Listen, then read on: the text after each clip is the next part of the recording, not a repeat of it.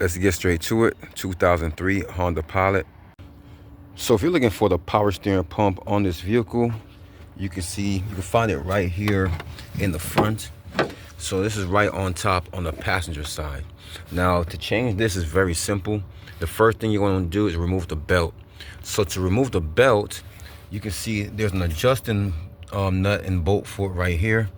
So there's a bolt on, you can see there's two bolts to get this off, and the bolt that's on the bottom, which would be this one right here, that bolt, once you loosen that bolt up, then you'll be able to crank on this nut here. And once you crank on that nut, whether you go, if you go counterclockwise, then that would loosen the nut, and if you go clockwise, that would tighten the nut. And so by loosening the nut, you're also loosening this belt, and by tightening the nut, you'll be tightening the belt. So what you're going to do is you're going to want to back this nut off some, and you may have to push this down with your own force in order to get this belt to release, and get that pump to push down.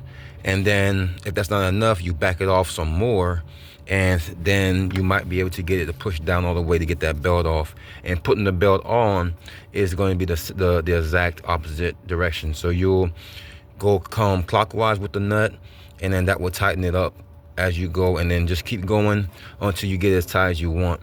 So the main thing before you start is to mark this to make sure you get it back to the proper specs. And then there's a high pressure line here. There's two 10mm bolts to get this high pressure line out. And then the low pressure line that goes to your reservoir here, there's just a hose clamp to get that out. And some pumps will probably come without this piece here. So if it does, then you have to reuse this piece. So there's a 10mm bolt on the bottom side. On this pump here will be a 10mm bolt, and then that pulls right up, and then you can change that whole piece as well. And a lot of times, if your pump is making noise but not leaking, there's an O-ring right underneath here you can change, and that will stop your pump from making noise.